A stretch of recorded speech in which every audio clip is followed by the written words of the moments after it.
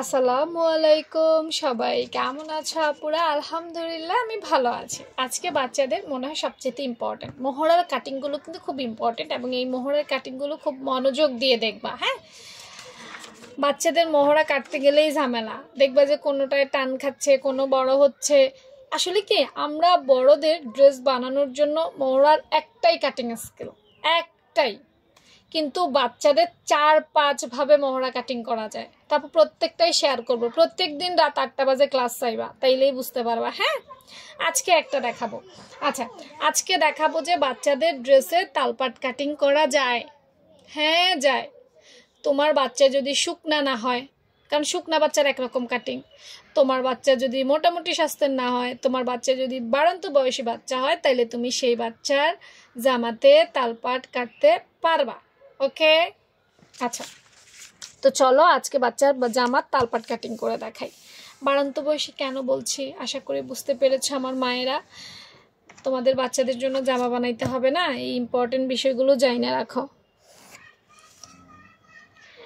যেসব বাচ্চা বাড়ন্ত বয়সী, হ্যাঁ, কিশোরী বয়সন্ধি এসেছে, ওইসব বাচ্চার জন্য তালপাট কাটতে হবে। এছাড়াও কাটা যায়, তবে এইসব বাচ্চাদের জন্য মাস্ট, আমি ওটাই বলতে চাচ্ছি। ওইসব বাচ্চাদের জন্য কিভাবে তালপাট কাটিং করবা, একটা আমাদের সোজা লাইন থাকবে, একটা আমাদের বাঁকা লাইন থাকবে, নাকি?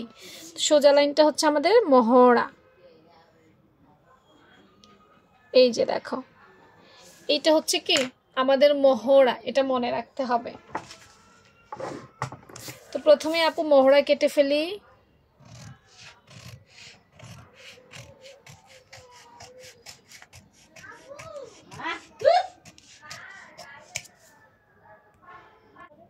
ওকে, তো এভাবে আমরা কেটে ফেলবো। আচ্ছা আপু এটা বন্ধ করে দিই। হ্যাঁ, বাচ্চার মোহরা। এখন বাড়ন্ত বয়সী বাচ্চাদের যেহেতু আমাদের কি করতে হবে, তালপাট কাটতে হবে, তাহলে আমরা তালপাটটা এই শেপে কাটবো, এবং বাড়ন্ত বয়সী বাচ্চাদের জন্য আমরা 1/2 ইঞ্চি পরিমাণ তালপাট কাটবো। কতটুকু কাটবো? 1/2 ইঞ্চি, এবং সেটা শুধুমাত্র ফ্রন্ট পার্ট, মানে শুধুমাত্র সামনের পার্ট কাটবো। আমরা এখানে যদি 2টা পার্ট ধরি, এটা মনে করো পেছন পার্ট, এইটা সামন পার্ট, তাই না? হ্যাঁ, কিভাবে কাটবে? 1/2 ইঞ্চি ধরে তুমি এই তালপাটটা কাটিং করবে। আপু আজকে আর একদম বেসিক দেখালাম না, অন্যদিন আবার বেসিক দেখো। 1/2 ইঞ্চি সূত্রটা যেটা, সেটা ফলো করো। আজকে আপু দেখাই এই যে 1/2 ইঞ্চি। হ্যাঁ, বাচ্চাদের জন্য 1/2 ইঞ্চি এনাফ। এই যে ঠিক এইভাবে শেপ দিয়ে বাচ্চাদের জন্য 1/2 ইঞ্চি কাটবা। তো উপরে পাটটা আপু কেটে ফেলি।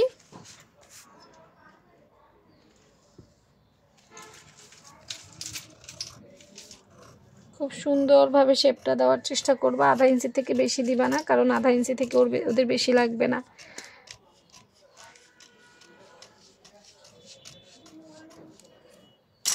ওকে, এই যে দেখো। হ্যাঁ, আচ্ছা, এইভাবে পোশাক বানানোর কিছু সিস্টেম আছে। যেমন ধরো, এইভাবে যদি তুমি ড্রেস বানাও, আমরা অনেক সময় কি করি, বাচ্চাকে ঘুরিয়ে ড্রেস পরাইতে পছন্দ করি, মানে কখনো সামনে বা পেছনে। এইটা করলে কিন্তু, এই তালপাট কাটিং করলে কিন্তু জামা ঘুরিয়ে পরা যায় না।